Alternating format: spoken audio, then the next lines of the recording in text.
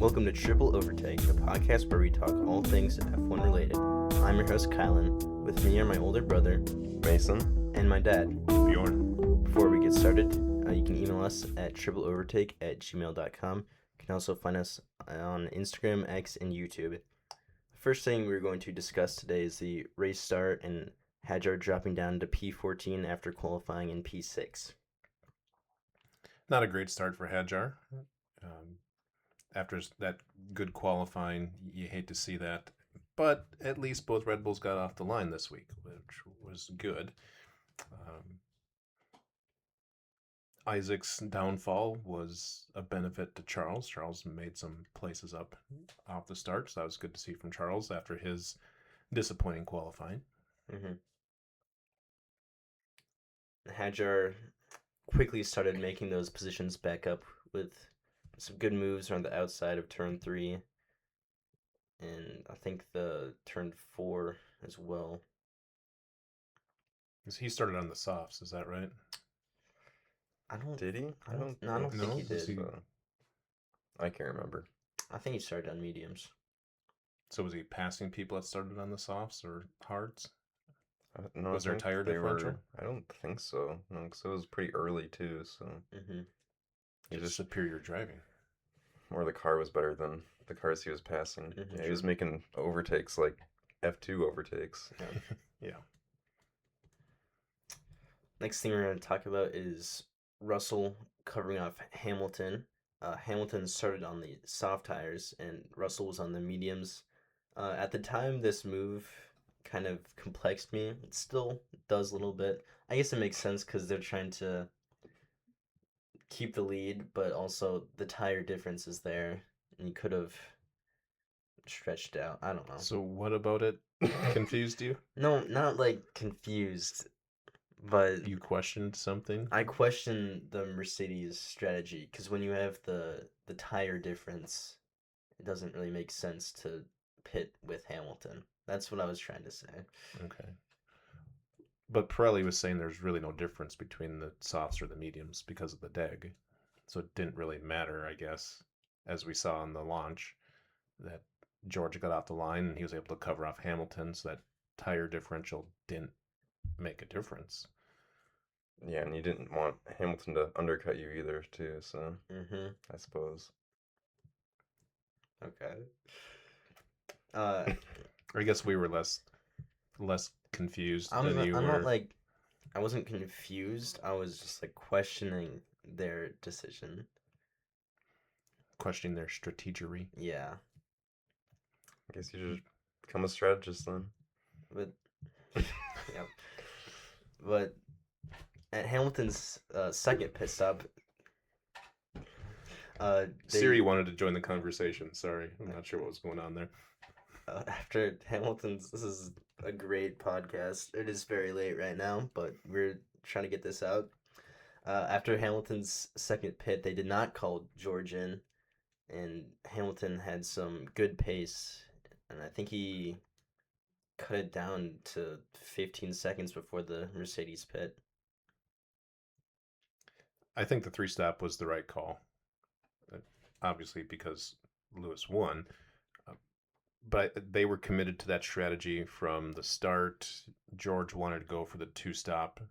I think that was pretty clear from the radio conversation as well. Mercedes got it wrong. They should have covered off Hamilton and pit when he pit. But they stuck to their strategy, so you have to give them kudos for that too. They looked at the data, they came up with a plan, they stuck to it. Can I just go back to the first pit stop? I believe Russell, when he was getting called into the pits, he asked why, because he was managing the tires. I think that's what I was referring to. I didn't remember at the time. But. Yeah, with the tire differential, it didn't make sense why you would call Russell in right after Hamilton, because he had been managing and he was expecting to go long, but they pit on the next lap. So maybe a little confusion in the Mercedes garage, at least on George's part.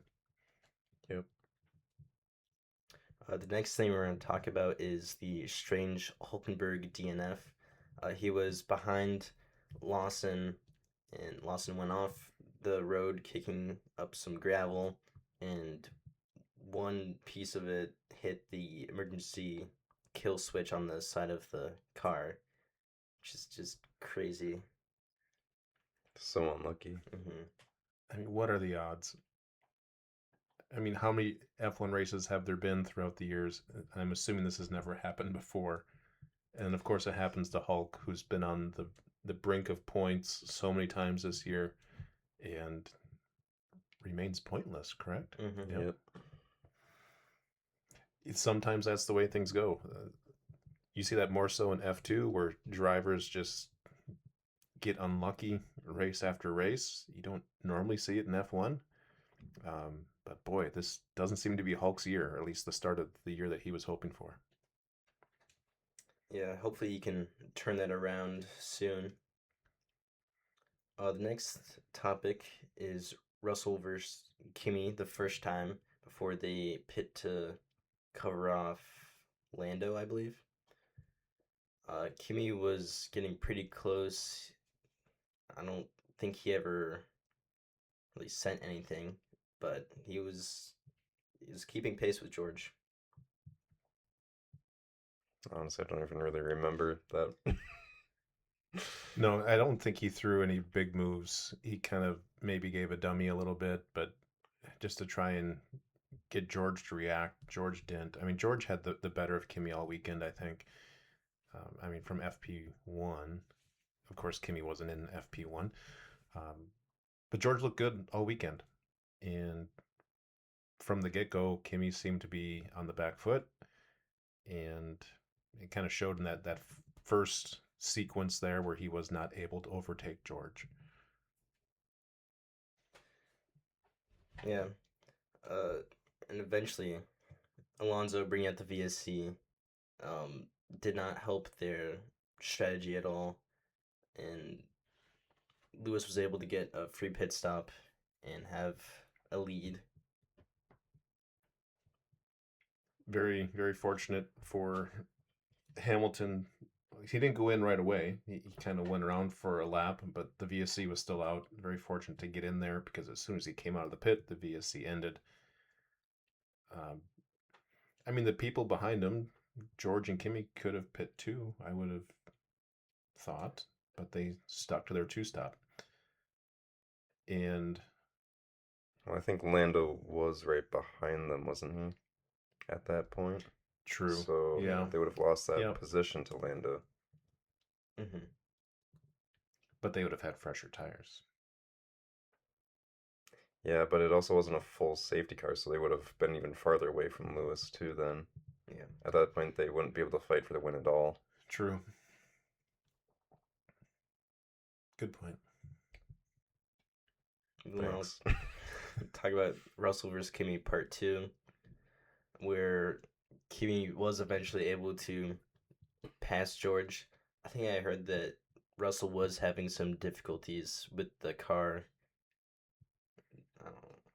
I think that's been an issue with Mercedes all year, is some reliability, and there's still bugs that need to be worked out. But Kimi made up that ground and was able to get that overtake done pretty convincingly. I mean, they were close. I don't think they made contact. That front end plate did come off later, but I think Julian said that was vibrating for a while. So I don't think there was contact. It was a clean fight, which you like to see from a Mercedes, not like 2016 between Lewis and Rosberg. So good job, Mercedes, in letting them fight, but keeping it clean. And yeah, it's good to see Kimi get that move done. I'm going to talk about what happened next then with Kimi. Yes, the Kimi DNF and the Mercedes engine struggles. This is the second time the Mercedes has gone out of the race. Obviously, in Canada, George had an issue while he was ahead of Kimi. It makes you wonder what's going on with the engine. Well, and McLaren's poor start to the season. They had reliability issues. Williams, I don't know if it's been power unit related, but I think just more weight was their car. Yeah, but they've definitely had issues. I don't think Alpine has struggled as much as McLaren and Mercedes. They're another customer of Mercedes. But yeah, the reliability, they've got to get this figured out because they've got two drivers fighting for a championship, and if they're not finishing races and as they're fighting each other, that's going to allow Lewis at this point to continue to fight and take points off of both of them. So the engineers at Mercedes are good. I have no doubt they'll figure it out. They built a good car. They'll figure out the reliability. Yeah, and the one good thing for Kimi is that George only got second this race, so he didn't make up as many points on Kimi as Kimi did when George DNF'd. Yep. Yeah, but George is also third in the championship, and he's losing points to Lewis now.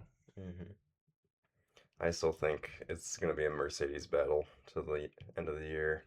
I'm not getting on the Ferrari hype train just yet, like everybody else is.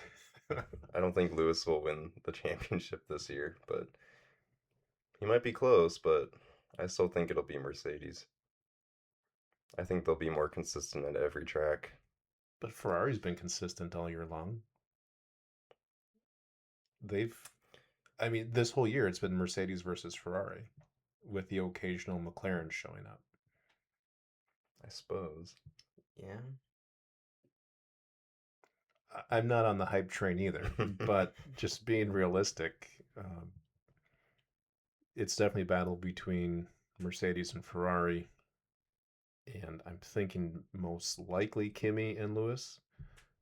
Not to say that George and Charles can't come back. Charles has more ground to make up than George does. But if Ferrari can get their issues figured out, and if Charles can put together a qualifying and a race, he'll be a part of that mix too. Yeah, obviously, Charles DNFing. He had some issues with the power steering, went off turn 2, I think, yeah. Just more bad luck for him. Obviously, he crashed in qualifying as well. So a lot of costs going into fixing that car. Yeah, he was not very happy with himself in qualifying.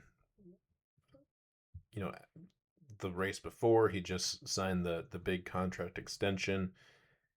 He's committed to Ferrari. Ferrari's committed to him. He wants to prove to them that he's the one that they should be supporting and backing. He wants to win with them and for them. So it's too bad that the last 2 races he's DNF'd. You can tell that he's heartbroken by it. Thankfully, Lewis is able to ease some of that pain for the Ferrari fans by taking the win. Yeah, his first win for Ferrari, win number 106, I believe. Yep. First win for McLaren, Mercedes, and Ferrari. Which I guess a driver for yeah. McLaren, Ferrari, Mercedes. Yeah. Lewis holds a lot of records. Yeah, we've been watching Kimi break records and set records at the beginning of the year, and we saw that again this last race with Lewis, the oldest race winner since Jack Brabham. Since 1970, I think they said. And then what else? There's something else I thought. Well, 106. He just keeps adding to his record. Yep. Pretty cool. Pretty fun to watch. Pretty neat that I actually predicted that. We'll get to that later. Okay. Can we just go back to that George versus Kimi fight? Just want to say that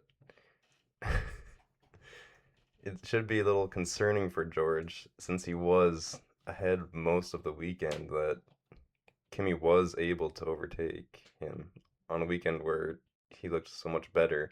I think that might get into his head a little bit, where Kimi can still fight him even on his good weekends. Mm-hmm. Yeah, he definitely has to step up if he wants to at least contend for the title. I think DC was talking about that, David Coulthard, in the commentary, saying no matter what, you're always racing against your teammate, and even when Kimmy doesn't finish on the top step, you still want to pass your teammate and let them know, hey, I'm still better than you today. So I think you're right. George should be concerned on a weekend that for him everything goes right. Kimmy was still able to overtake him. Mm-hmm. Yeah. Alpine versus Racing Bulls is getting kind of interesting. Alpine with Gasly in seventh and Colapinto in 10th, and then the Racing Bulls with Lawson in eighth and Lindblad in ninth. Colapinto had a 10-second penalty for, I think, ignoring yellow flags. Sounds right. Yeah, I think it's. Because Colapinto finished ahead of the Racing Bulls on track, but Yeah. then got the penalty. Mm-hmm. Yeah. Yeah, this is going to be a good battle between Alpine and Racing Bulls. Both teams are um, fighting for the best of the rest position. Currently, Alpine is fifth. And how far behind is Racing Bulls? Do you have it there? It's 16. I thought they 16 were points. closer. Okay. I guess it's with Gasly's podium, so they got True, more is points. podium being reinstated in Monaco? Mm-hmm. Yeah. Yeah, those points are precious. You want to get them whenever you can.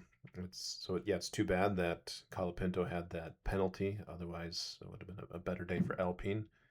But this is a fun battle to watch in the midfield.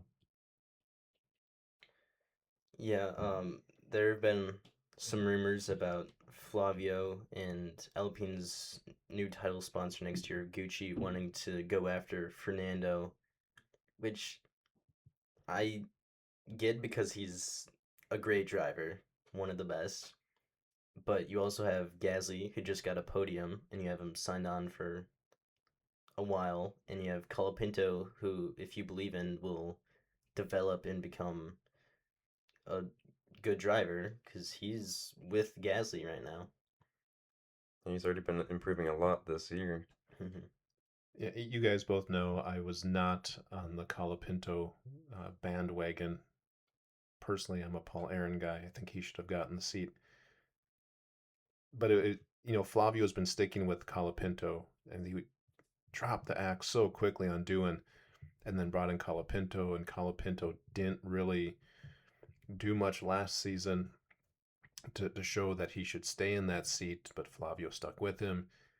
He brought him back this year, and that faith in him has paid off, and he's doing well. So I don't see why he would drop him right now, although Flavio just likes to have a stable full of drivers. So who knows? Who knows what he'll do?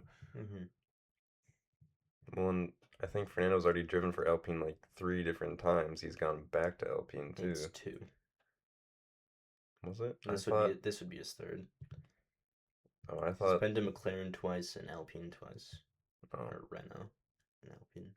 But as we were talking earlier today, Fernando's got some sort of deal with Aston though too, that even when he's done driving, he's gonna be part of the team in some capacities, and that's I think a long term deal. So I don't see him leaving. Although who knows, right? Who knows? We're not even to silly season yet, but Mhm. things are there are rumors out there. If Aston can't improve by their next upgrades or even by the end of the season, I don't think Fernando's gonna want to carry on for another season. I wouldn't think so. But Aston's going to be in the market then for a driver. I don't see them bringing Mari Boya up from F2. Maybe there's some sort of swap involved to get Fernando to come over to Alpine, and they'll send Paul Aaron over. Who knows? Felipe Dragovic. Yep, Felipe's always there too. But we know that Papa Stroll likes his his champions, so he would be going after Max, I would assume. I don't know why I Max would go there. Max isn't going to go there, even with the No. Honda engine and Adrian Newey. Things are not looking good for Aston. Yuki maybe if he. I don't think he's partnered with Honda anymore, but it'd still be a good I don't think connection. so. I don't think he's connected with Honda because rumors are that Haas is looking at him, with Toyota Gazoo Racing being a sponsor of Haas. They're looking for a Japanese driver. Um, I guess it would make sense to bring back Yuki instead of Owasa or Miata in F2. Although they've got Jack Doohan as reserve too, so They have Rio Hirakawa. Rio Hirakawa, or I'm going to keep saying Paul Aaron. Let's get this guy a seat. I mean, look at what he did in FP1. He was great. He did look good in that Audi. He did look good in the Audi. I'd love to see him in the Audi with Bortoletto. Yeah. But wherever he drives, I think people will be pleasantly surprised. I think he's the real deal.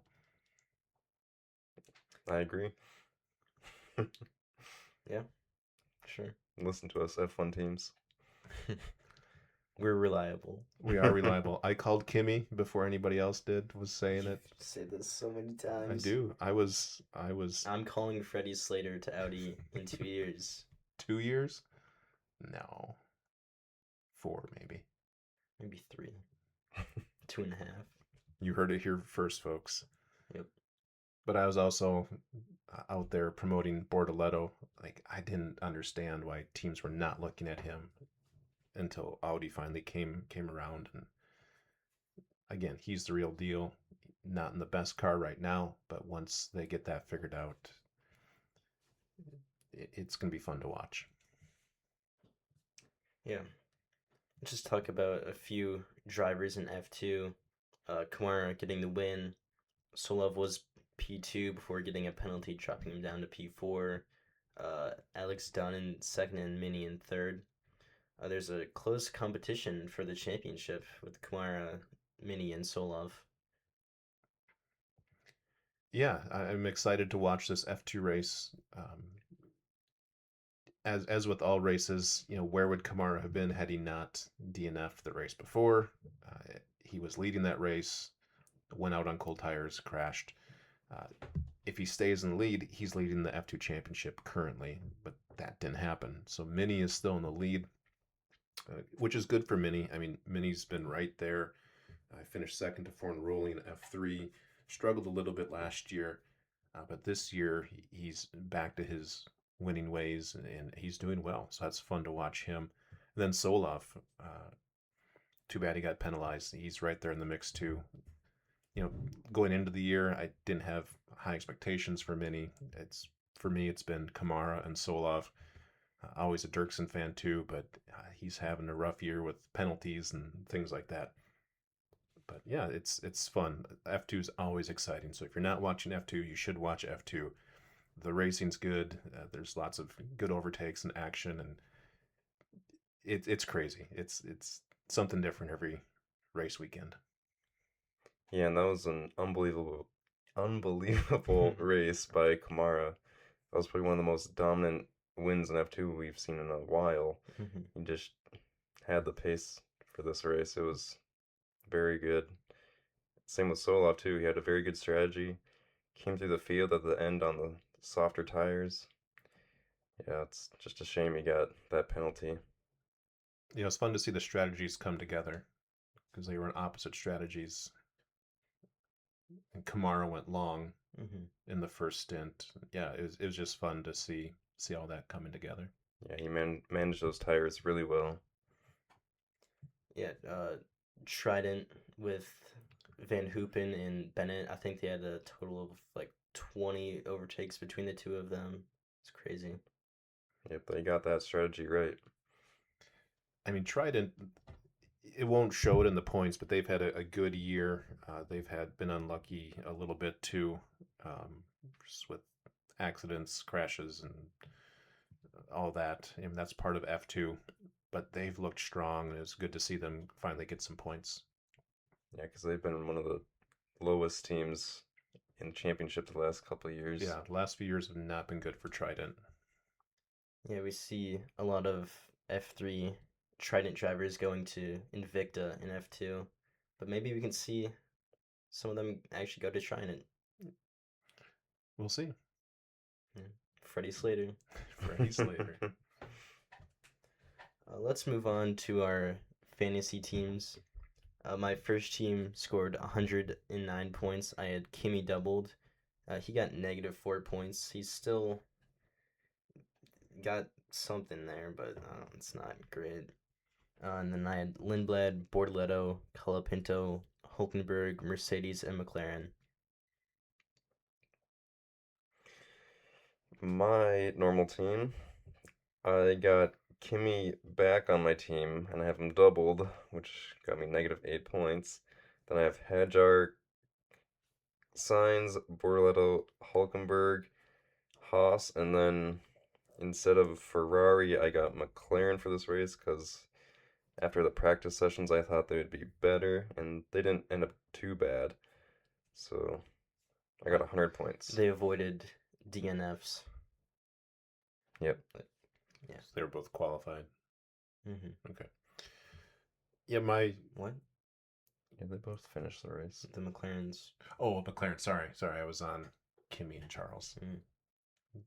because I also put Kimmy on my first team, so I got rid of Charles, picked up Kimmy, doubled him, and then I also dropped Ferrari and picked up Mercedes. So yeah, 88 points to round out my team. I had Gasly, Behrman, Lawson, Ocon, and Haas. Yeah, for my draft team, I scored 132. Kimmy doubled. I had Lewis, but I didn't have him doubled, sadly.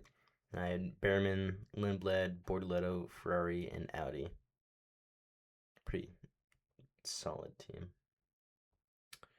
My draft team, I got 158 points, and I had George doubled, Hajar, Esteban, Franco, and Checo, and then I have Mercedes and Haas. No negative points on that team, so that worked out good. Yeah, I'm glad that worked out good for you because I had a total of 91 points, and Hulkenberg is going to be leaving my team here soon. I have Charles doubled, who got me 0 points. I did pick up Lando, 23 points, and I've got Racing Bulls and Alpine for my constructors. That's good. Yeah, there's solid points from them. Obviously not Ferrari or McLaren level, but solid if you can get points from Norris and Leclerc. Rounding out my team, I've got Gasly and Lawson. But the drivers I have available on my draft team are Sainz and Stroll. So if I can afford Sainz, which I'm pretty sure I'll be able to do, maybe not with Hulk. Hulk will only go down 0.2. Yeah, so we'll see. Hopefully I can pick up Sainz. And for my no change, no chip team, I got 132. George doubled, Hajar, Hulk, Bortoletto, Behrman, Mercedes, and Haas. For my no change team, the only difference from Kylan's team is I have Lindblad, and he got me 10 points, and Hulk got -15, right? Mm-hmm. So I got 157 points on my team. If we could have made changes on the no change team, which obviously we can't, I would have doubled Lewis. But I have Charles doubled. Thankfully, 0 points doubled is still 0. And then I've got Lewis, Lindblad, Colapinto, Bortoletto, Mercedes, and Audi. 123 points total. Am I still second in all the leagues? Yep. I'm leading the normal league by 244, and to Mason, and Bjorn is behind Mason by 25. I'm leading the draft league by 150 to Mason, and Bjorn is behind by 222 to Mason. So we got some big gaps there. Bjorn is leading the no change, no chip league. Mason is 32 points behind Bjorn, and I am 77 points behind Mason. What about predictions? I'm not doing good for predictions this year. I think I got, let's see here. I think I got like 40% right. You got 82 points. 82 points. Yeah. I got 50% of the questions right, and I got 94 points. And I had 60% right and 111 points. I am second in that league as well, which is not bad considering I missed That's true. that 1 week of predictions. But I have the highest percentage of questions right in the league with 40%. Yes, you do. I don't know where my season really. Well, actually, I do know where it went wrong, but I scored 79, 118, and 111 in the first 3 races. And then for the next 3, I scored 64, 30, and 81. I don't know how I only scored 30 in Canada. I got 10% right. That's terrible. Fell off. Yeah. I'm pretty happy with my predictions. Good for you. Not too far behind. I'm way It's off. fun to look at, yeah, to see your accuracy and points. See, my worst weekend was China. 10%, only 25 points. That was my best week. What about the predictions we made on the podcast last I episode? was just about to get to those. He's excited for I those. am excited. My podium prediction was Antonelli first, Leclerc second, and Lando third. I got Lando correct. Mason's podium was Antonelli first, Russell second, which is correct, and Verstappen third. And then Bjorn's prediction was Hamilton first, which is Ding, correct. ding. Then he put Leclerc second and Russell third. He was still on the podium, so I'll take that. And Behrman did not end in the top 5. No, he did not. I think we all kind of made 2 predictions. Bjorn, Behrman top 5, which didn't happen. He also said that a Spaniard would score points. That did not happen. Did not happen. Mason, I feel bad for Spain. I'm just. España. I rewatched the podcast and I kind of just took all of our things, but that's just what I did. Mason said Hulkenberg points, which didn't happen. Oh no. Audi double points, which did not happen, and Perez would make it to Q2, which did not happen. Man. My predictions, I said Williams would get a car into Q3, which did not happen, but neither of them did get points, so I kind of half got that right. Not really, though. What? He said that one of the cars would get to Q3, but neither one would get points. Oh. So he got the second half of that prediction right. I also said that Hulk would qualify 11th. He did not. But I did say that Gasly would get 7th or 8th. And he got 7th. So. See, if you make a lot of predictions, you're bound to get one right. Except for me. Yeah. All right. Let's go to predictions for Austria. Whoa. We do this every single time. I never think about it, though. It's 2 weeks away. I'll do mine slowly. And first, I have Charles Leclerc. I think the Ferrari will be quick. And Charles won here in 2022. Who won last year? Was it? It was Lando. Yeah. In second, I have Antonelli. I think he'll beat George convincingly. And I have Lando P3. So I think he has good pace around the Red Bull ring. No Lewis? Nope. You're gonna let Dad put him for the win? Sure. You still thinking? No, I'll go. I'll go with a Kimmy win. Keep it simple. I'll go with a Lewis P2 and a George P3. So basically just the championship order. Yeah. Okay. You went Kimi, Lewis, George. You went Charles, Kimi, Lando. Charles, Kimi, Lando. I do think Charles is going to bounce back.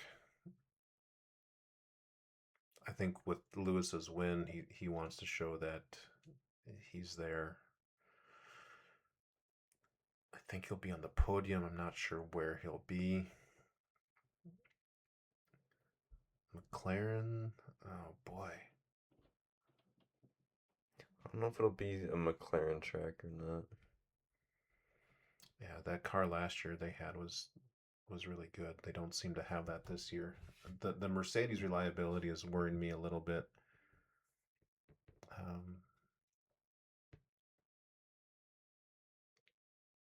But it's hard to go against them too. I'm stalling. I'm stalling. I don't know if it'll be a Ferrari track either. Really. You said it was 22 that Charles won? Mm-hmm. Kind of the last time the Ferrari was Decent. Yeah. But they're decent this year. George won 24 after the Max and Lando incident. That's true. It is the Red Bull ring. Max boy. P1.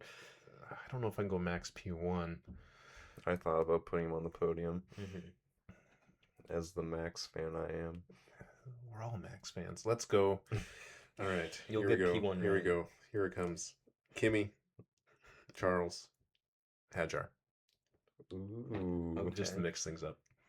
Hadjar will get his podium back. Yep. Okay. I did make 2 crazy predictions. I'll just say one for now. But pole position will be decided by 0.2 or more. 0.2. Mm-hmm. How much did George get pulled by? I don't know. Was that What do you? This last for race? Spain? For Spain? Yeah. No, that wasn't. That was small, wasn't it? To Lewis. Yeah, a It lot of It was the like close. 600s, wasn't a it? lot of the margins have been pretty small, but I'm going. Going for a large margin. Mm-hmm. Okay, that's kind of crazy. What's your other crazy prediction? Bortoleto Q3 in points. With the Audi top speed, I think they'll be good around Austria. There's 3 Yeah. straights back to back to back. So is the Williams no longer slippery in a straight? No, Okay. well, they're Haven't been for a while. they're overweight, so Oh, that was always my favorite when it was Nick Latifi or Logan Sargent. Nick DeVries for a while. Trundling around, slippery in a straight. It is crazy that DeVries scored points in a Williams. That was He didn't last too long at. Was it? V-Car? No. No, it was it's AlphaTauri. AlphaTauri. Yeah. And Oh, they had 20 Ricardo, names. then they had Lawson. Yes. They go through drivers like they go through names.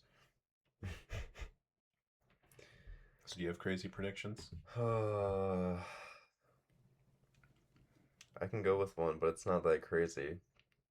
But I kind of just want to say it so that maybe it doesn't happen. I'm gonna go with a Hulkenberg DNF so that he doesn't. That's not a DNF. crazy prediction. It's not a crazy prediction, but yeah, But now it won't happen, Okay. so it is crazy. I'm going for the opposite. You'll What make another. What if I go Hulk?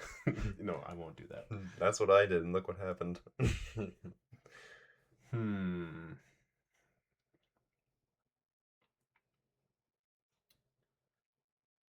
I mean, as we go on in the season, things become less bold or less crazy. Double Alpine points is realistic now. Double Racing Bulls points is realistic. How about this? I'll say Arvid has his best finish. Best That'd result. be That'd be like P6, P6. P5, maybe. So, okay, 6 or higher. Okay. It's Yeah. bold and It's crazy. bold. Mm-hmm. He's our only rookie we can pick on. Yeah. I can't be the only one making 2 predictions. Oh, you want me to make another one? Oh, let's see. Bottas will finish the race. No. And Aston will finish the race. No, that's not very bold. I mean, they would love if both cars finished the race. Mm-hmm. I'm sure, yeah. What's bold around Austria? A Haas into Q3. So Behrman. I didn't want to. Could talk Yes. about that. Is Esteban hasn't made Q3 in a long time. I think he only had 2 last year. 2 times where he made Q3. But the Haas's haven't. They're struggling to get out of Q2 when Behrman gets up there. Has he gotten out of Q2 yet this year? Yeah. Earlier. Like early in the season. must have been. Mm-hmm. It's been a while. I'll look at it. Could answer this as I think of another bold prediction. Okay. Is do you think Esteban will have a seat next year?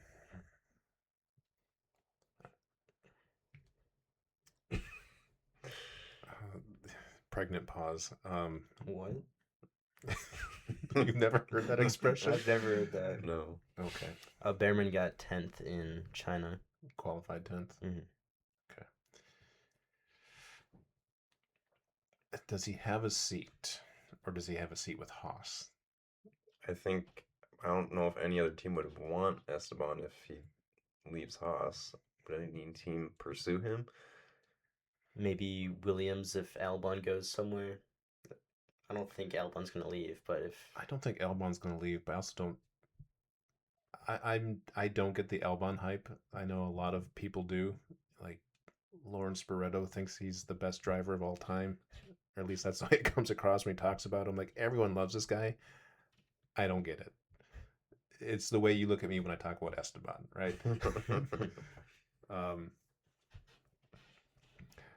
I think if they had a driver to put in there, they would. So let's see what happens with Kamara, since he's a Ferrari junior. And they could have double Ferrari juniors with Behrman and Kamara, possibly. Could see Yuki in there. Or if Dino makes a comeback for the championship too. I think Kamara's Kamara's got the edge over Dino. Probably. I feel like I can see Dino being a reserve driver at Ferrari for a while. Yep, I could see that. I don't know if they would go with Yuki. Is he better than Esteban? Or are they comparable? I would stick with Esteban. I don't think, unless you're building for the future, or if you make an agreement with Ferrari, if you're going to get a Japanese driver, it's got to be the right Japanese driver. I don't know if Yuki's that guy. It's not. I am a Yuki fan. I do like Yuki, but there are rumors swirling around him, around Esteban, and Ayo Komatsu came out and defended him a couple weeks ago. We'll see what happens closer to silly season. For right now, I think he stays in the seat, but he's definitely under pressure. So what's your crazy prediction? Well, I was just going to say, you didn't really answer. Is he going to be in F1 next year, do you think? Oh, my heart would hurt if he wasn't in F1. Although, I've survived K-Mag not being in F1. Maybe he can come back. No. Still waiting for Mick Schumacher to come back. I think so. I think so. That's not solid. I want him to be back. I think he'll be back. Unless he starts running into his teammate, and, like he did at Alpine. Yeah. It's another bold prediction. You don't have to. Esteban's not going to be back next year? Is that your prediction? Well, that's not for this week. Or not 2 weeks. That's not for Austria. Well,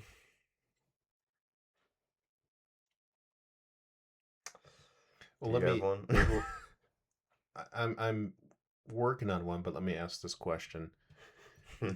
is there any possibility of this generation of F1 cars breaking a lap record, or are they slower than I previous? highly doubt it. Madrid. Yeah, Madrid, a track record will be set. Yep, that's true. But I doubt it because they're I'm trying to think losing of some speed on the straights. I'm trying to think of a And they're place with not no straights. I mean, have we seen a Monaco. track record broken for a while? I don't think so.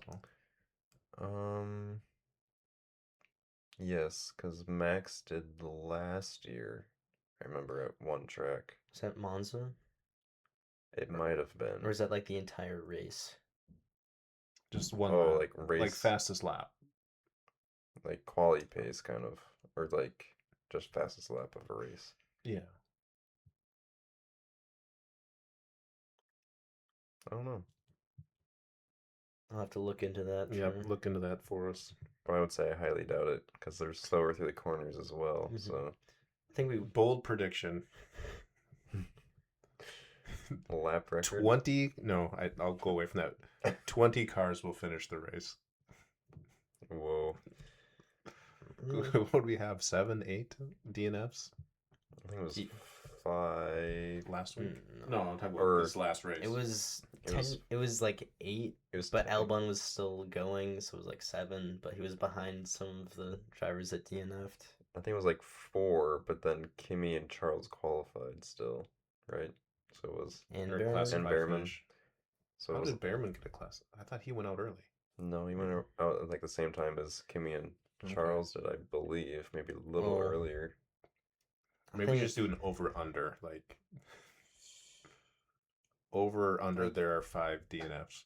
It was I'll take the under. 17 classified. Albon wasn't classified. So he was 11 laps down, so he didn't reach the 90%.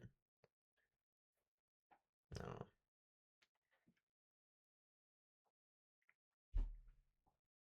Do you have a... I still can't think of another prediction. Yeah. Should we just move on to our next... Yep, he'll come up with it while we're talking. How about I just go for this again? Checo makes it to Q2. Okay. Keep saying it until it happens. What was I going to say?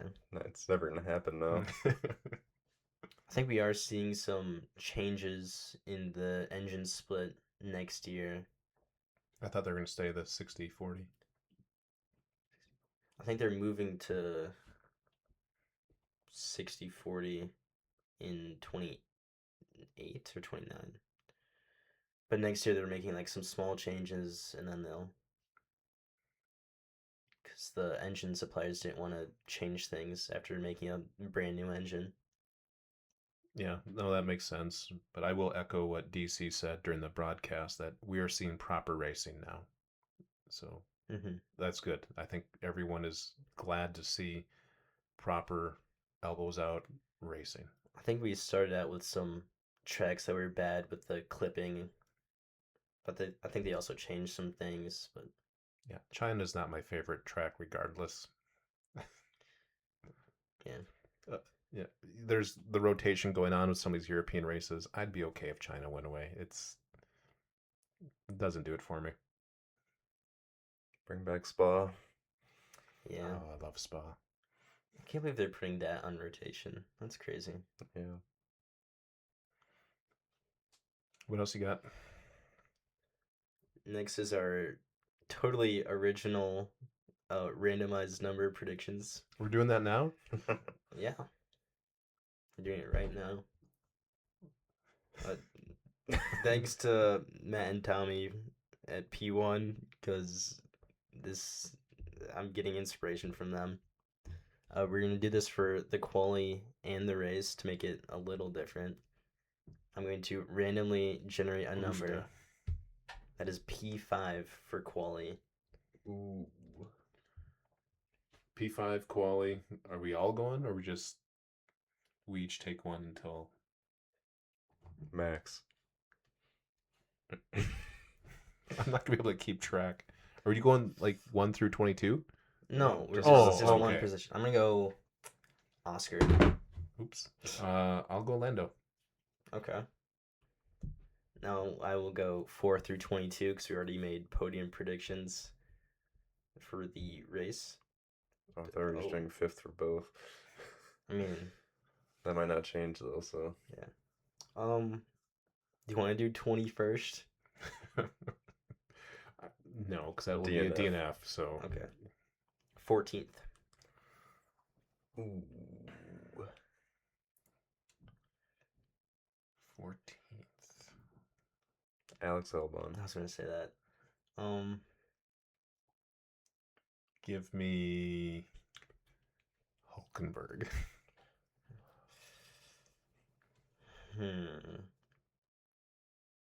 Let me think here.